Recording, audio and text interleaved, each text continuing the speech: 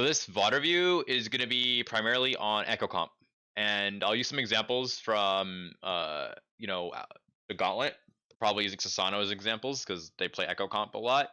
I'm going to talk about why Echo Comp is so strong and why a lot of teams are sort of like moving towards it. What its limitations are, where its weaknesses are, and stuff like that as well. Alright, so Echo Comp. If you guys have noticed, there's actually a lot more teams that are playing a lot more of Echo Tracer instead of Ash Tracer. And there's actually a very big logical reason why.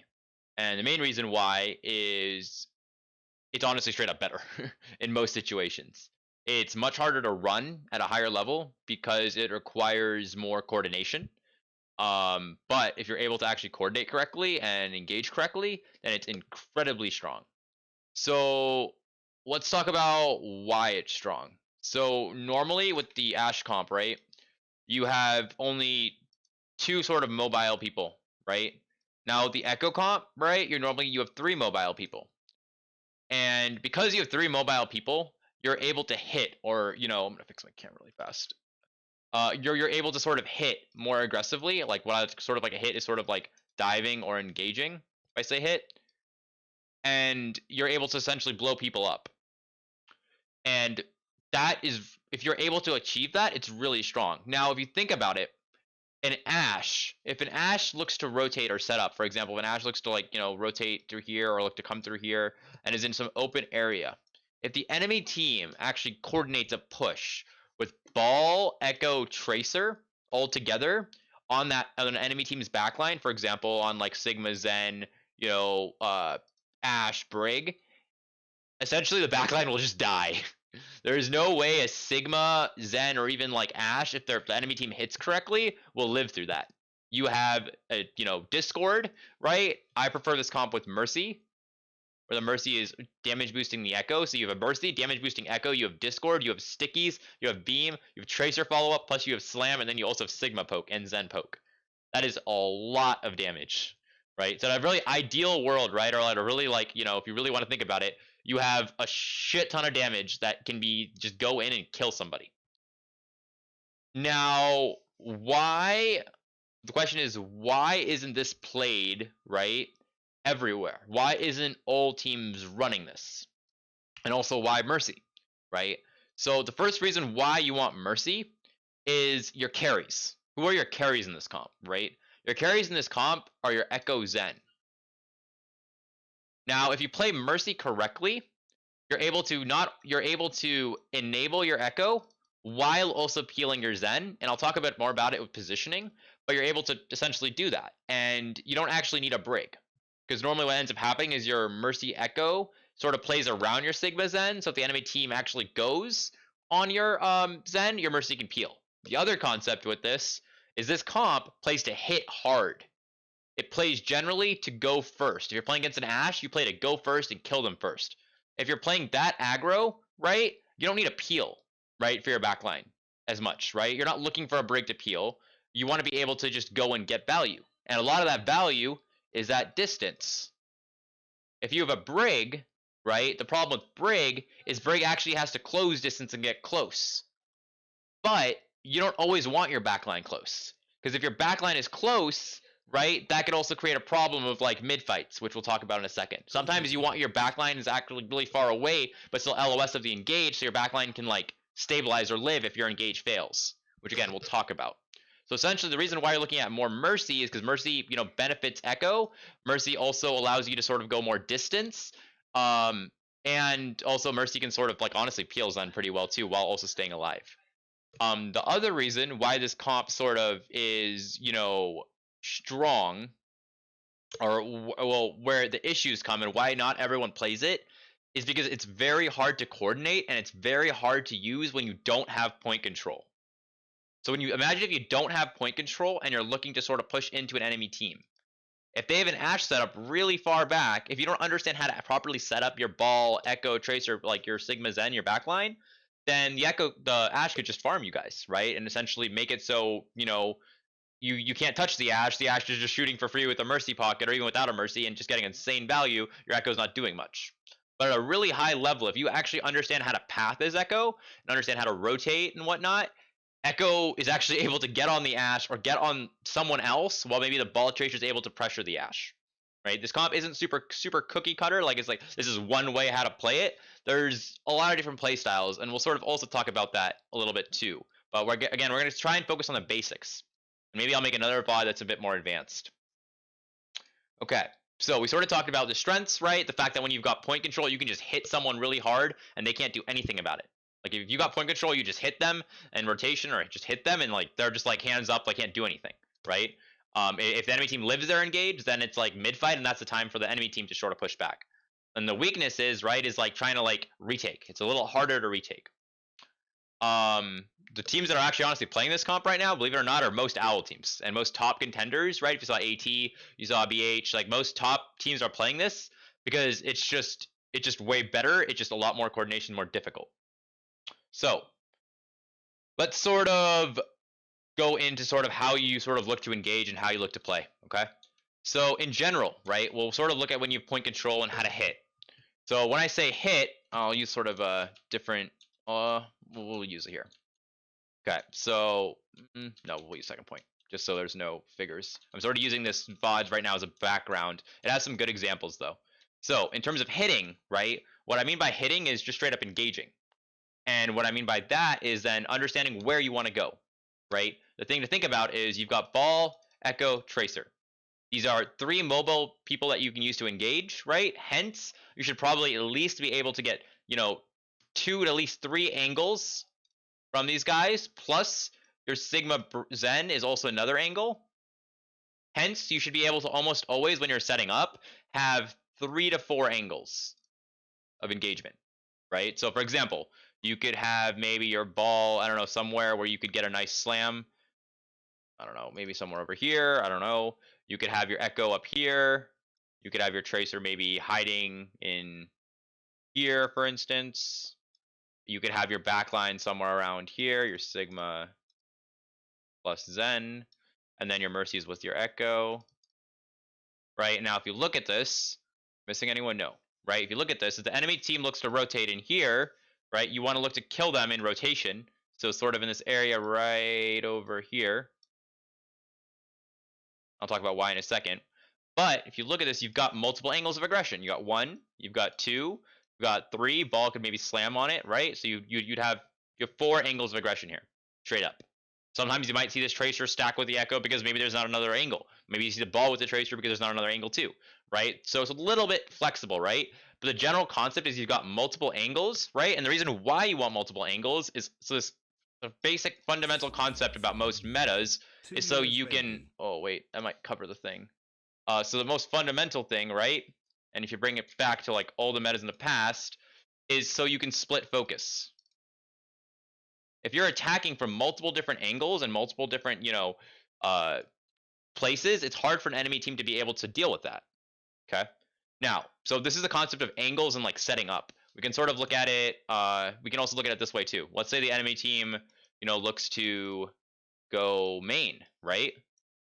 If they go main now, it's still pretty straightforward. If they come over here, you look to maybe hit them in this open area. Your Sigma Zen maybe is a little bit further back, so they can't get on your Sigma Zen. Your Sigma Zen maybe is like a little bit over here now. Echo's there. Maybe your Tracer would set up and go maybe here, right? Your Tracer is, again, a little mobile. The way you want to think about Tracer setting up is be in a position where normally you can engage on multiple different rotations, right? Same thing with Echo. Echo can sort of engage on all these different pathways, right? That's why this is a little bit debatable, right? I think, in all honesty, this is probably a bit better of a setup because Tracer can go multiple places. Okay, so same thing, multiple angles here, right? If you look at this engage here, you're able to see that, you've got multiple angles. You've got one here, you've got one here, you've got your Ball, and then you've got your Sigma Zen. So now the question we've got, you guys should hopefully understand that, like, okay, yeah, we just take multiple angles, right? And then we look to sort of like pinch for them or engage on them, right, when they go through what you call a kill box. So the question is, what is a kill box? Or where do you actually know where to engage? Now, what a kill box is, or sort of like where you should be engaging, is there's a few things, okay, that sort of I want when you're looking to engage. Again, let me make sure I've got my profile picture. I want, okay, sort of open space if possible. I want open space. I want, where is, 1 second. Yeah, so open space, which is normally like after or before chokes. I'll say explain what a choke is if you guys don't know what that is. I want try to be in my backlines LOS so we can get Discord. Whoops. Backlines LOS. I also want what's the other thing I want?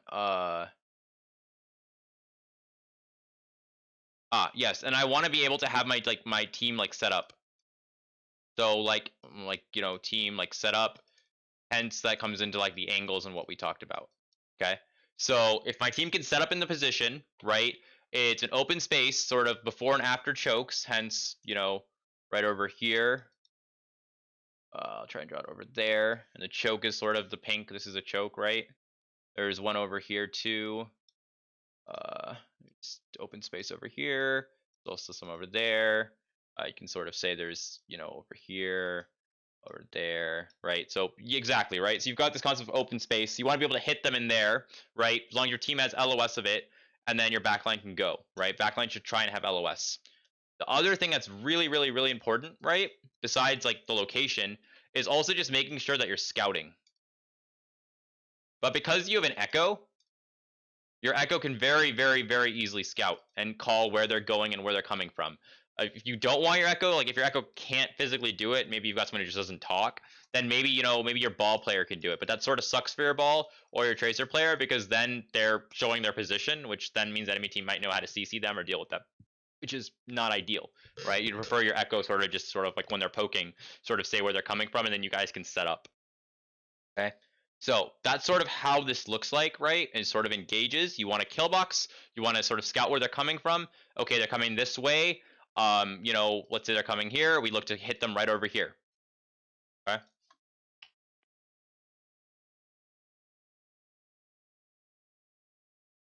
Okay. So let's sort of look at some examples. I think we can see some examples here. How Susano does. Susano is very, very good at hitting and like engaging. So because they have a brig, right, inherently their brig has to play closer and they have to commit more to like sort of how do I say it, like going first and getting value first. Let's watch here. Notice here, okay? There you can see the Sigma brig's over here, right? The Zen's a bit further back. The ball echo is there. Curious, I think a tracer's hiding somewhere. Let's see. Yep, the tracer's up here, right? You've got 4 angles, right? I think the ball is scouting. So now the thing you're probably seeing, you're probably going to understand is they're probably going to look to hit really early, somewhere over here. So let's watch and see how they hit. They go, they kill the Sigma, and then they just keep pushing, right? If you notice that hits in Zen's LOS, right, they full commit, and then they go, and then they back up, right? Now, the question you have to ask yourself is like, okay, they scouted, right? They hit this area, but who? Who are you trying to hit? Like, when do we actually know when to go, right? It's sort of obvious. You don't want to hit when like a ball tracer is going through. Why? They're just going to roll through or tracer's going to blink, right? Or if echo's going through. You need to make sure you're going for non-mobile people to actually get value. Greetings. Hence, if you think of non-mobile people, you immediately think Ash, sort of, right? Coach gun, a bit rough. But Sigma's a big one. Zen is a big one. These two are great, right? Because as soon as you see them go through, then it's like really easy to just slam and hit them and kill them.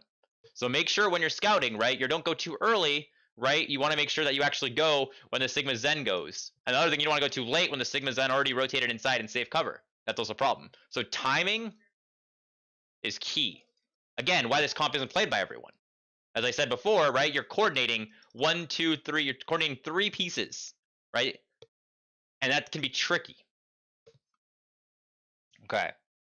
So we can sort of watch maybe another one. I think they do another good engage here, maybe, not sure. Now we'll look at second point.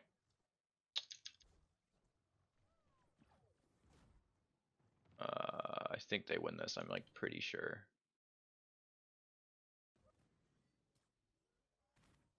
Maybe not. Trying to see. Okay. Okay. So We put it this way, right? Whether they win this or not. For some reason, they weren't able to hit here, right? In this situation, they were down once, they weren't able to hit here. So guess what? There's a second place they can hit, right? When enemy teams rotate or move, right? There's other places you can go, right? This is the 1. There's definitely a 2 right over here that's very, very, very easy to hit. So they can hit here now. So let's see sort of what happens if they hit there. So you see the enemy team sort of rotating in. Akash slams, right? Unfortunately, before they were able to hit, what happened here? Unfortunately, their whole backline, or their whole team, just got run over. They weren't able to go first here, and they sort of lost because of it. Later, I'm going to talk about what happens if you're not able to go first, right? What do you do? How do you win if you can't engage first? Right? I'll talk about that in a second. Let's sort of look at another good engage that they had. 1 second. If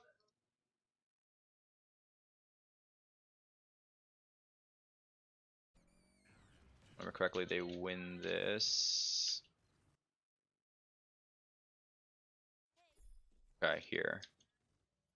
I'm not sure. Okay, let's watch this. So here, right, you sort of see the ball setting up there. Echo's a bit further away. Sigma's there, Zen's there. Again, you got multiple angles, right? You see them rotate here.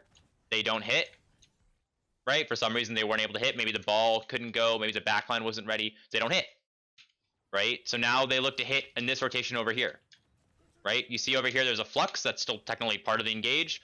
Ball slams, right? Echo goes in and, you know, uses beam. And literally the whole team is just dying.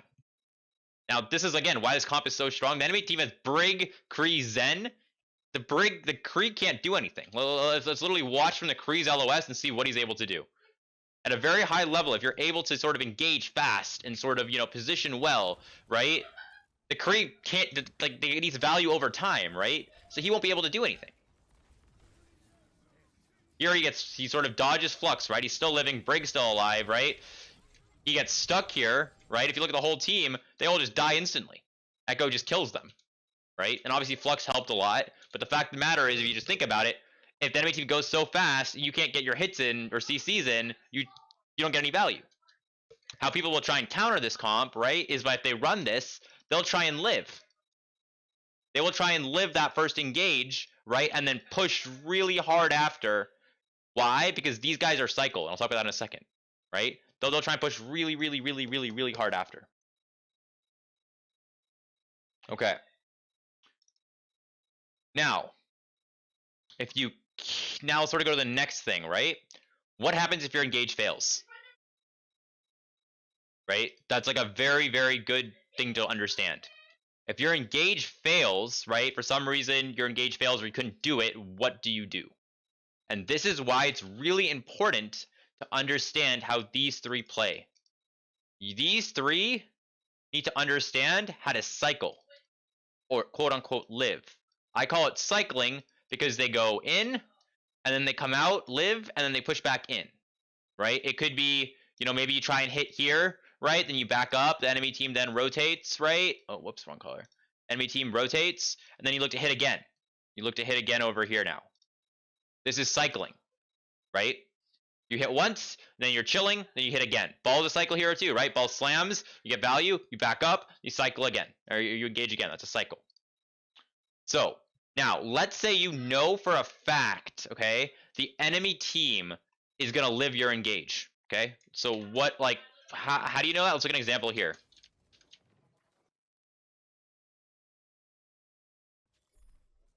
Okay, this engage here, the enemy team should live, right? And if you just think about it, why they'll live, the answer is very obvious.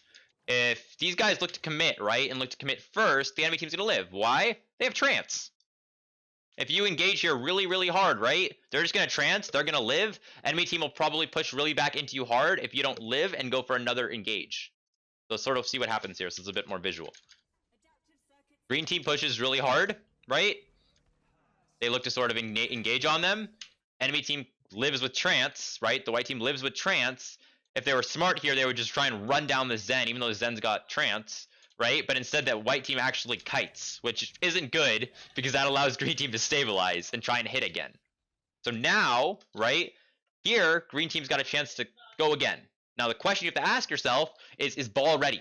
Does Ball have, hook? Or, does Echo have shift?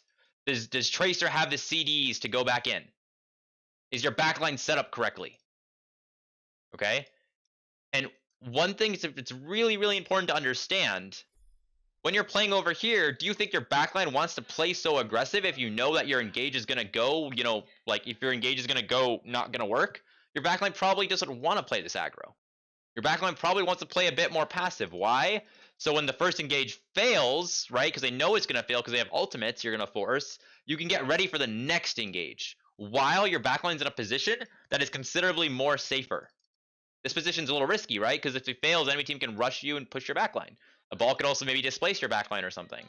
So a little bit distance is safer because it in generally helpful. Other way to also think about this too, right? And I thought I'd talk about it as well. If you're running a Mercy here, you want your backline to be in a position again that you want your Sigma plus Zen. Again, this is a safe area, right? You can help there. You can be a little bit forward. You can also help here. If your Echo is playing over here at the start, and if your Mercy is sort of playing, over around to help set Echo, your Mercy could sort of, help the Zen here. Not fully. So maybe you want this backline just a little bit more forward. Why? Because what can happen is the enemy team can rotate at a very high level. These guys don't rotate with the team. These guys rotate. Okay? These 4 rotate. They use trance to live. While that's happening, what happens? The ball tracer looks to go slam and go on your Sigma Zen. And if your Zen dies there, that sort of sucks, right? Zen is one of the carries. Obviously, sometimes your Zen's going to die, and it's, in my opinion, a casualty of war, right? But you want to try and reduce that as much as possible. So if your Sigma Zen is sort of in a position where it's around your Echo Mercy, your Mercy can just peel your Zen, and then your Zen won't die. Okay? Also, another way of also thinking about it too is if your Echo doesn't want to commit as well, your Echo could just turn, could just like discord the ball. Echo could stickies and just beam and burn the ball really, really, really hard. But for this to happen, you need really, really good positioning. Okay.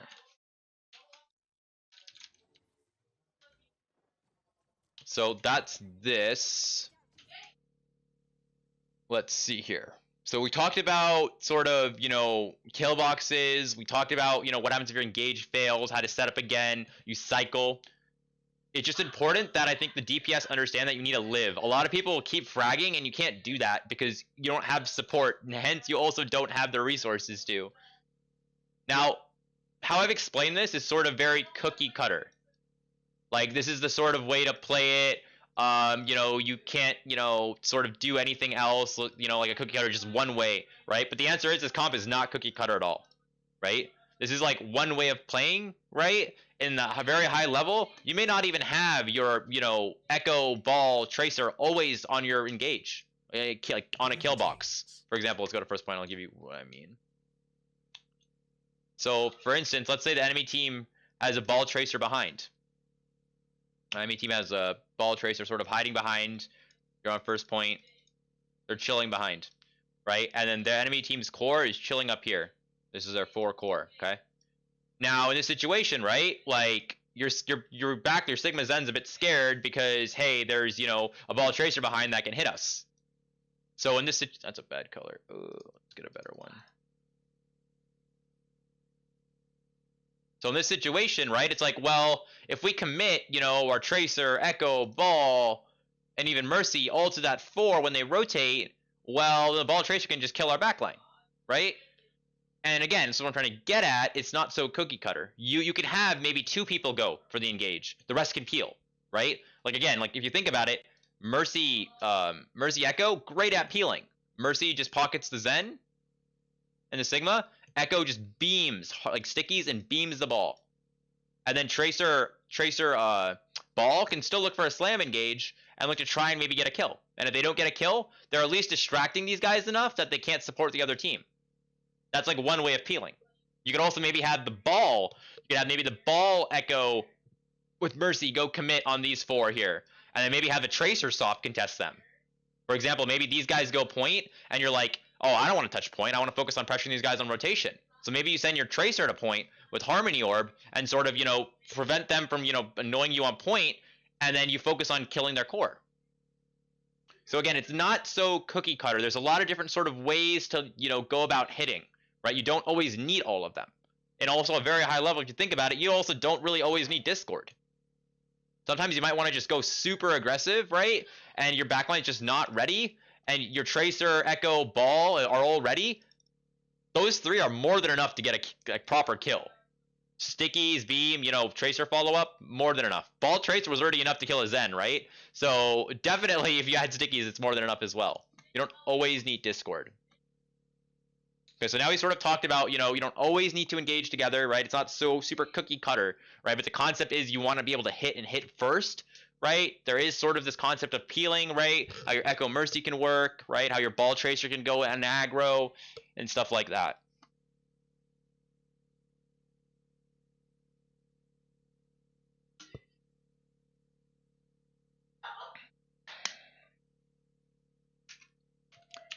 Taking a small break for a second because I've been talking for a bit. Well, alright, I'll answer questions at the after. Actually, I'll answer them now, and this will be like a small break, and then I'll do the next part. Okay. So 1 second. Thanks for all the follows, Waffleman, Guardy, Curios4, 2-0. Thanks for the 2 years, my dude. Holy shit. Pan, thanks for the follow. I appreciate it. Hopefully, Josh, this should be easy if I take a small break here. This will be 100% on YouTube. The break video is up. It is up. Maybe I'll have Raven do the Mercy one in disguise. It's up though. I am sort of in Discord. Can someone put my dude? I don't know why. Can someone put my Discord and YouTube? I don't know why it's like that. One of my mods can do it.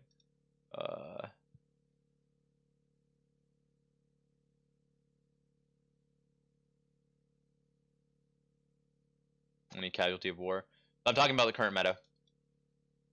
Yes, it is. Well, it will be uploaded to YouTube. I have permission because I'm a technically contenders coach, and I can just ask and get it because it was live. Rocked and followed. Wow, a lot of people posted it.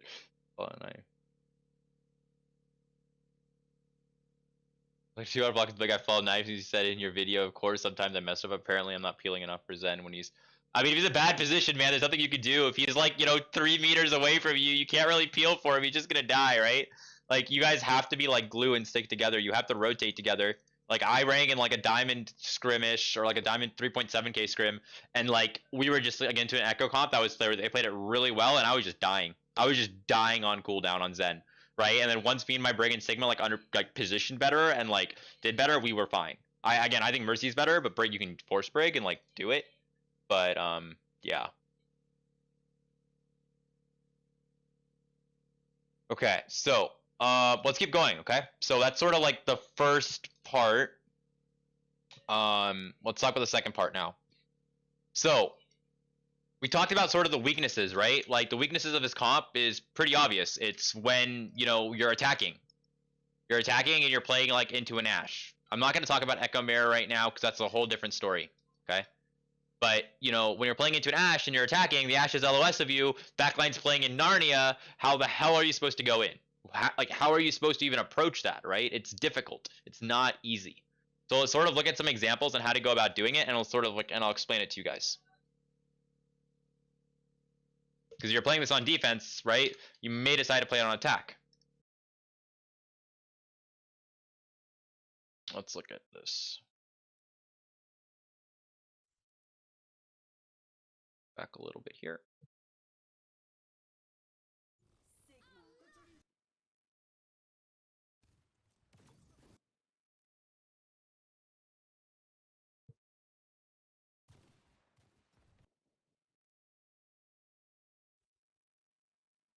Okay. Okay.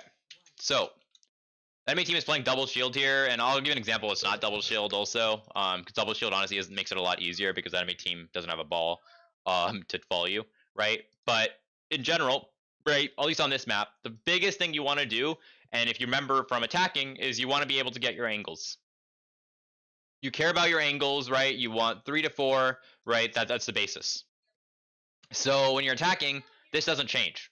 You still need to be able to set up. This is what teams struggle with. This concept of setting up.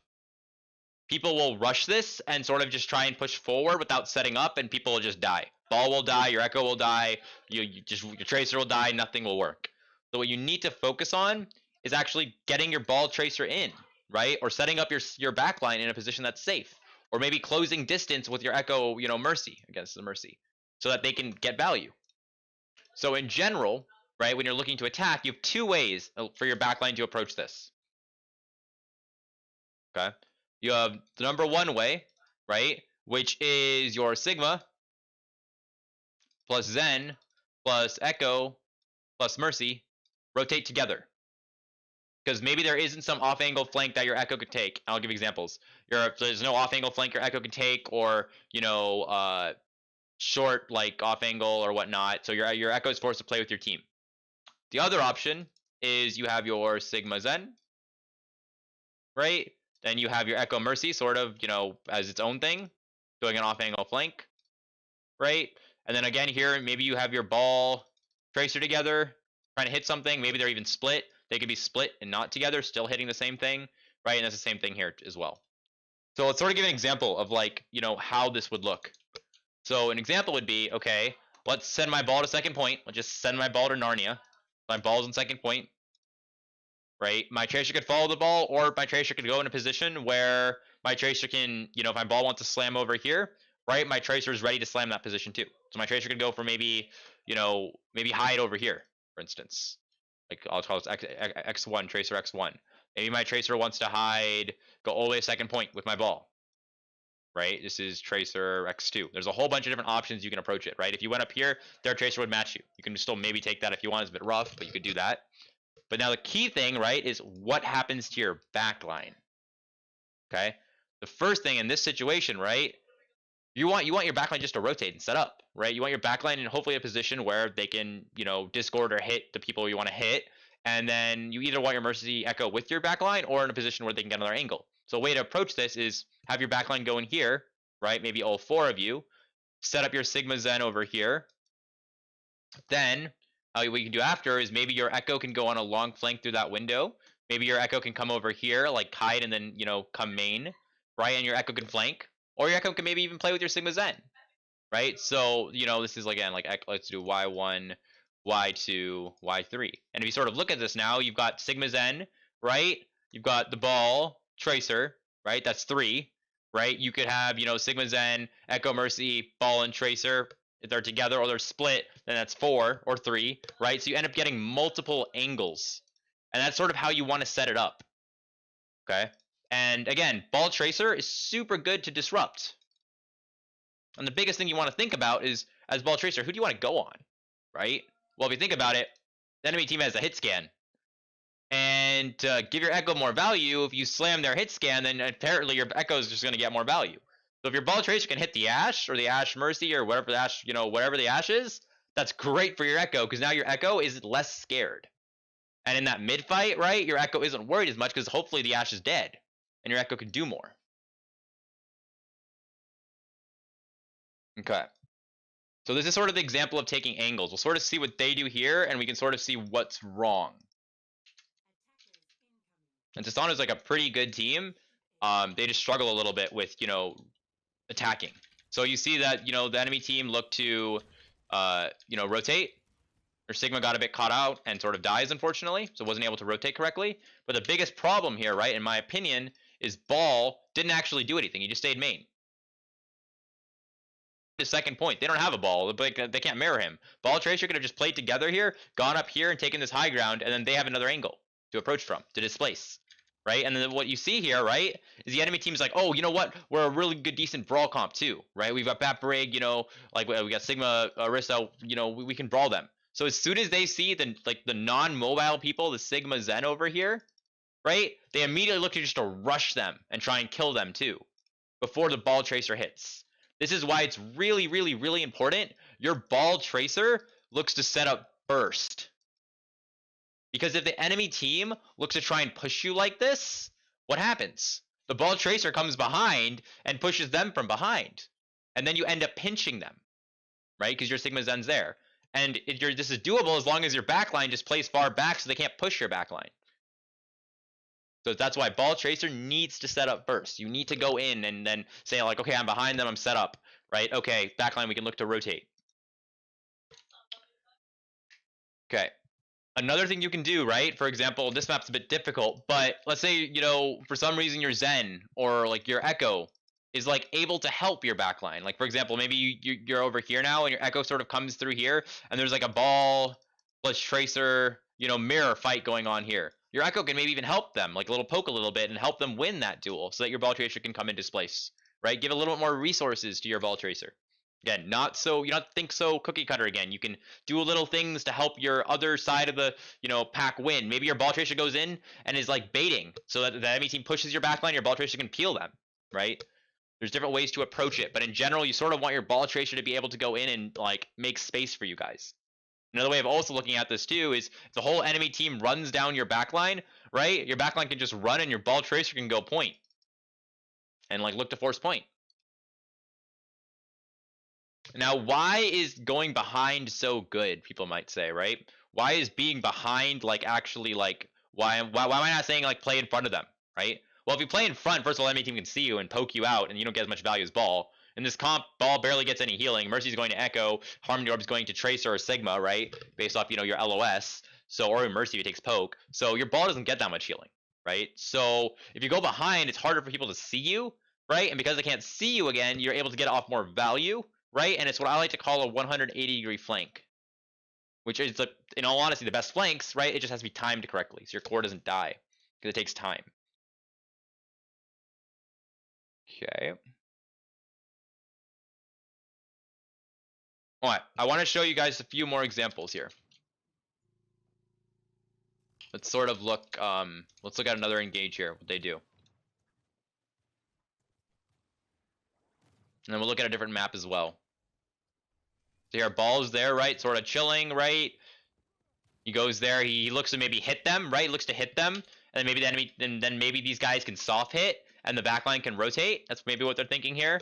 But the problem with this is like, sure, it's not necessarily bad, right? But then the enemy team can also punish your ball. It could work, right? The problem here is these guys rotate in a really bad spot. Because they want to, I think, punish these guys, like the Sigma, and they look to push in here.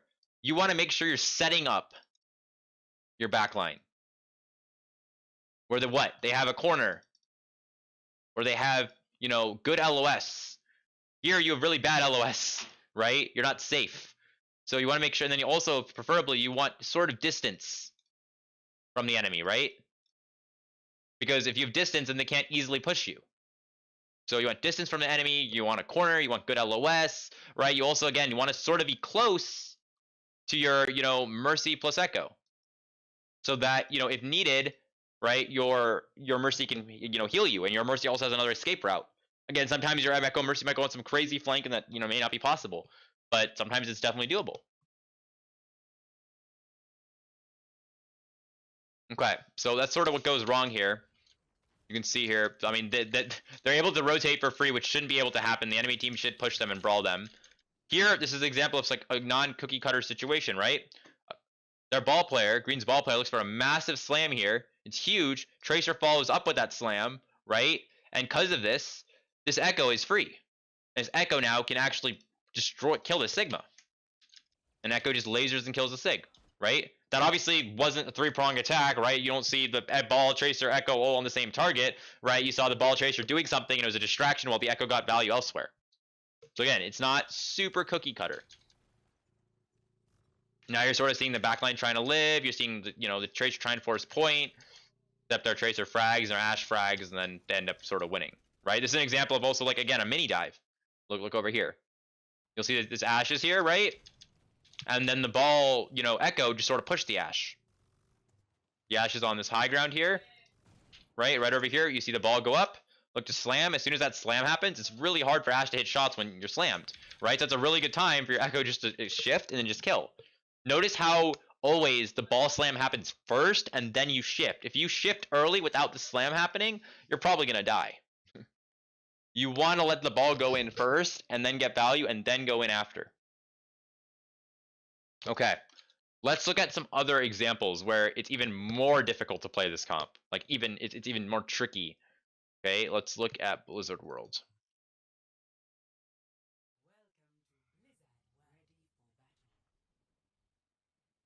So Blizzard World first, if you think about it, your Echo doesn't really have that much environment, right? Again, so your Echo is going to be forced, like, okay, you could go for a soft flank, right? You could think about how you want to approach this. Let me go on the proper side here.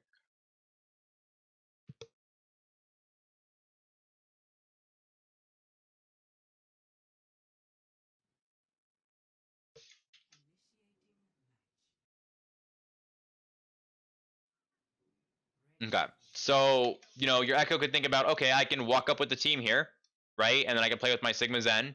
Maybe your Echo decides to go on a massive flank, right? But this is an example of a hard flank. Why is this a hard flank? Because you don't really, it's impossible for you to get close to your Sigma Zen. If you go on this hard of a flank, it's super long distance. The enemy team could say, hey, the Echo Mercy, Ball Zen are over here on this side here, these 4 people. You know what?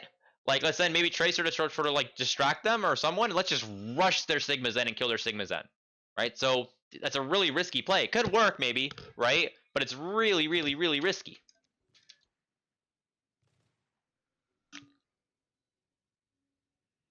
Let's see how Sano looks to sort of approach this first fight.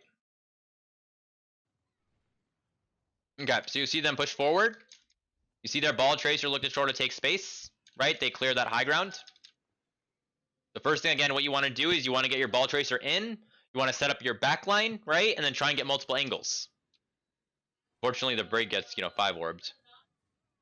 And their Tracer dies, right? But if you notice what's happening here, is their Ball Tracer really actually setting up again to hit anything? Their Ball Tracer is playing main and not really doing as much. If their Ball Tracer sort of went like, over here, and maybe their core played here or played on this high ground, it would have been a lot better, right? If their core played here, the enemy team can't push them because of verticality. And if they do, you've got the Mercy, Echo, Zen, Sigma, and you'll just roll a ball. The ball will just get, stickied, discorded, and then beamed and die. You'll get rocked too. And then the Ball Tracer could go over here, look to set up, and then Ball Tracer could hit, and then the Sigma Zen could look to rotate up, and then the Echo could shift in and kill some.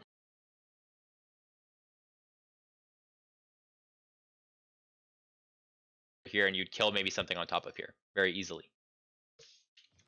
Let's look at sort of another fight, how they approach it.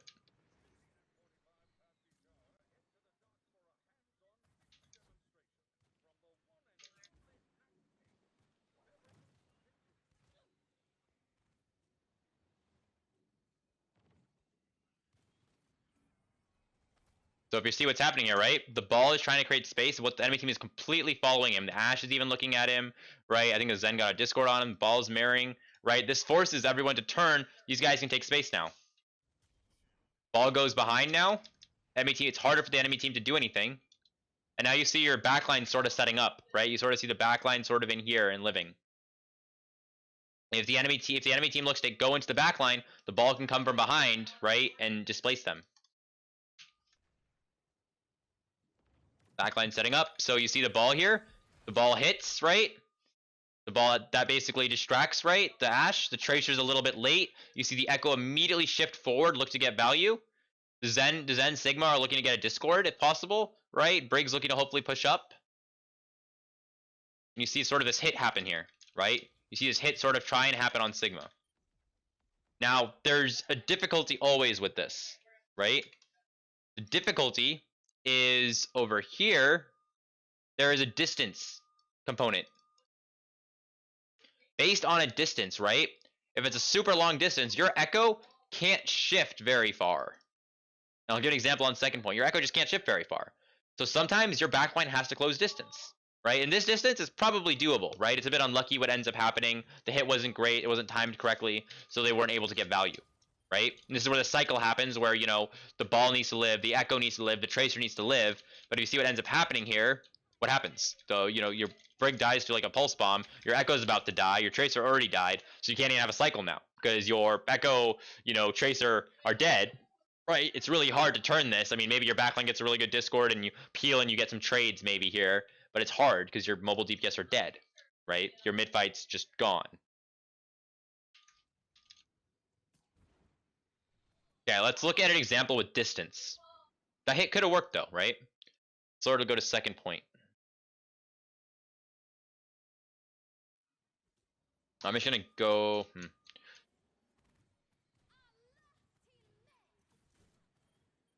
And sort of see this. Yeah, this is sort of a decent example. They use rally to take space though, but we can look at this example here. So look what happens here, right? The ball comes in from main. They don't have a lot of time. Ball doesn't set up again, but has a decent rollout, right? Completely knocks over the Ashe. Ashe can't do anything, right?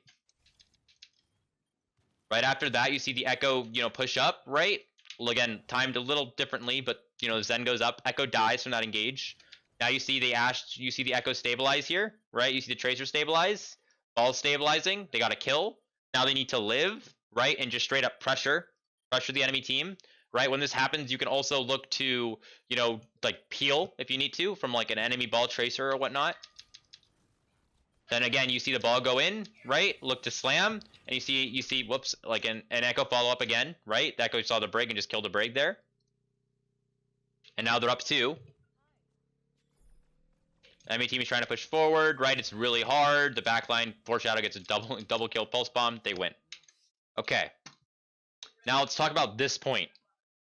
When I first saw this comp, right, I was like, you know what? Fine. This comp looks really, really, really good. But on long maps and on defense, on attack, this comp should have problems into teams that utilize distance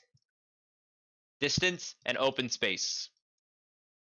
To me, this was like, okay, yeah, like on attack, this comp's gonna be really hard, especially on these maps where there's distance and open space where Echo can't close distance, right? And Ashe is just gonna farm.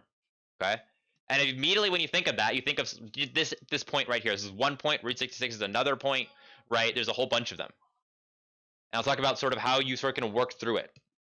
So here, right, you can sort of see that, if you imagine an Ashe over here, right, with maybe like, a Mercy, Zen, and like a Sigma, right? You could be a little bit more further back. Let's like put him over here. Let's say the Sig's on the corner, right? You've got the Ashe plus Zen here, and then you got like the Mercy just chilling, pocketing, right?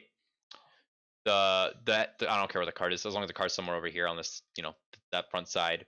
Then the enemy team, right, is looking to sort of push, right? So let's say the enemy team like has to push this choke, like so they have to somehow get away to move the cart and deal with this choke. In general, Blizzard second's a hard point to cap. The backline's super far. So the question you're gonna have now is how does your Echo close this distance? How does your Echo like do this? This distance is so long. If you shift this, you're just gonna die in the air, right? So now you have this concept of actually being able to close distance, and there's multiple ways to do that, right? The first way, again, we talked about earlier, is like really smart rotations.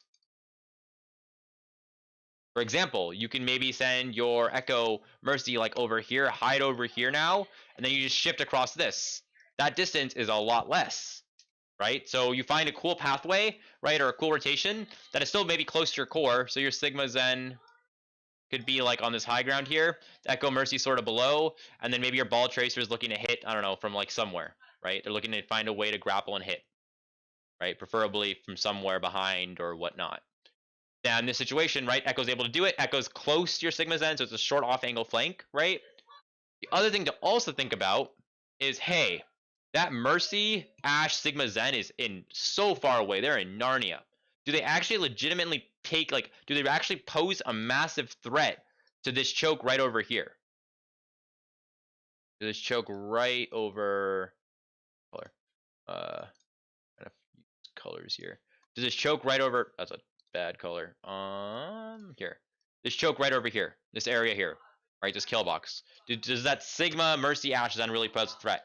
Right? Can we just sort of walk forward and take space? The answer is, I mean, you can, but what are you scared of? Right? You're scared of what? The enemy Ball Tracer. That's what you're always going to be scared of. So what you could just do, right, in this answer here, and I'll talk about how to counter that Ball Tracer, is you sort of just look to like walk and close distance. sort of back, you know, Sigma, then Echo plus Mercy. So you walked and you go together, right? So your Sigma Zen plus Echo plus Mercy. You guys all walk together and you go together. If the ball slams on you, right? Guess what? You've got a Sigma Shield, you've got Discord, you've got Echo Beam, you've got a Mercy Pocket. Should die, right? And when you're rotating, if you want, the ball tracer can maybe slap, you know, like do a 1 cycle, hit these guys, go back out, and then when you actually then again maybe close distance where you're maybe like, you know, over here now, right? Where this distance is viable, your ball tracer then comes in again. Okay, so you have this concept of just being able to close distance and walking together. Someone mentioned in chat, right?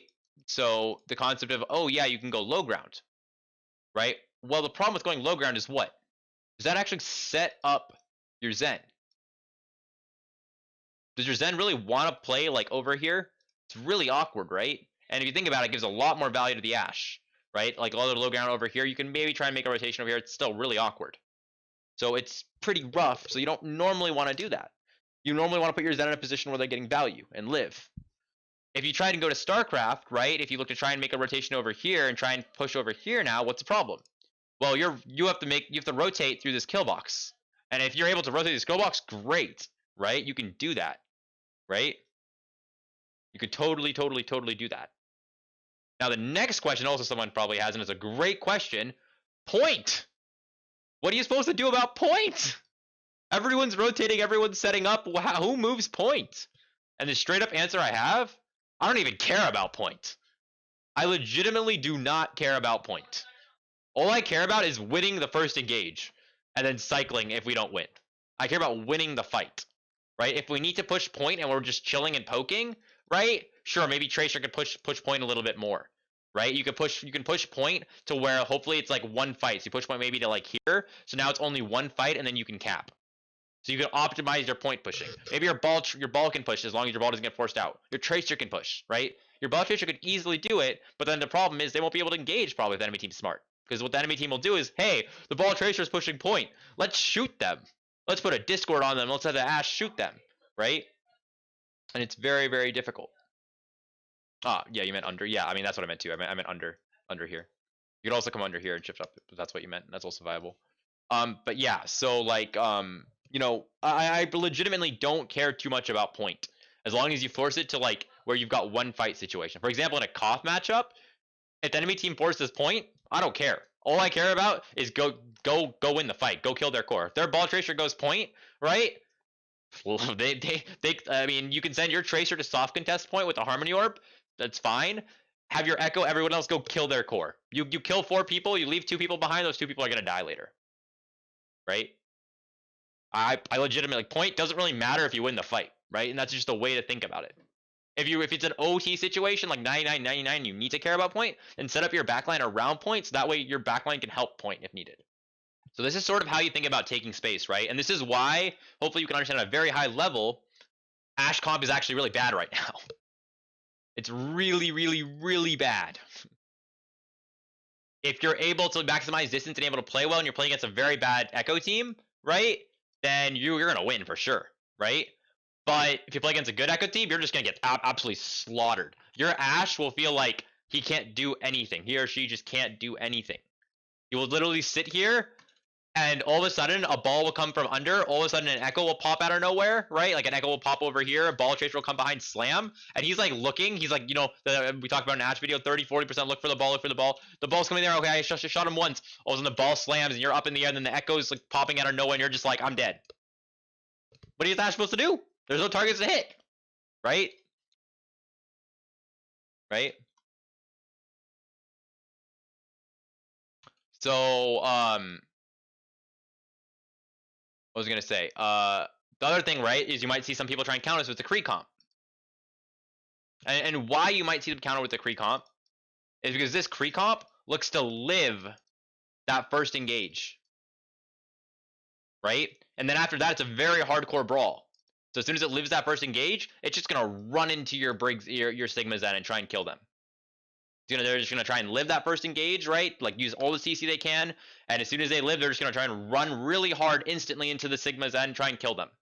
But again, In all honesty, if your backline sets up really far away, what'll end up happening is your backline will just be really far. The Brig, Sigma, Zen, Kree will like close a lot of distance, and in that time, if you close a lot of distance, for example, let's say like the Brig, McCree, Sigma, this is a really bad color, sorry. Zen is over here. I'll use a different color. Brig, man, struggling here. Sig, Brig, Zen, say, McCree, right, is over here. Enemy ball tracer, Echo looks to hit, right? Ball tracer comes here, Echo hits. They live this, right? And then their Sigma, so this is like the Echo Mercy, this is the ball tracer. And then you see their Sigma. Well, Zen here, right? Well, now the enemy team is like, okay, we lived the Echo, Mercy, we lived the ball tracer. Let's push hard. Let's go in. Let's kill him. This is our, it's our fight now. They will lose. Well, you have to close this distance with no speed. What's gonna end up happening is the Sigma Zen, if they're smart, they'll first of all try kiting, right? And then on top of that, these guys will come back. Like they will cycle again, right? Like he goes in, he'll come out, and he'll come back in and hit. Maybe before you even hit the Sigma Zen, right? Even if you lose the Sigma Zen, guess what? You have a Mercy. So maybe the Sigma Zen are casualties of war. You win the fight, you kill 4 people, then you res the Sigma Zen later, and that's it. Okay. So, but in general, what you've got to really get down is your neutrals. This comp is all about neutrals. How well can you hit first? Then, right? How well is your mid fight? Okay. This is if you're playing into Ash comp. Right? You want to be able to hit first if you're playing into Ash comp. In certain playstyles, right? If you look at Owl, I'll tell you right now, playing into Mirror, they might even actually play for second if you're playing into Mirror. Like if you're playing into Echo, right? They might actually play, like some teams might play for second. Because they know that, Echo Mercy, right, like can burn so much, and Zen Discord, so they might just play to like play slow and poke and spam, and if a ball comes in, they're just gonna play to kill the ball, and it becomes a very big poke match, and then it's a question of whose Echo Mercy can get more value, whose Tracer can like get more value with Pulse or whatnot. But and then who feeds. But in general, in neutrals, right, versus Ash comp, you're looking to normally try and go first, deny the Ash. If the first engage doesn't work, then you look to go in your mid fights, and then look to try and cycle. It's a very basis understanding of it, right? And while all this is happening, right, you still have to think about, peeling, right? Like I said, it's not cookie cutter, right? Like, you can have multiple people engage, you can have some people peel, and then you can look to go back in. So there's a lot of, ways of approaching it. But in general, this is sort of how it's played, and this is why it's sort of one of the most predominant, probably, comps right now that's being played.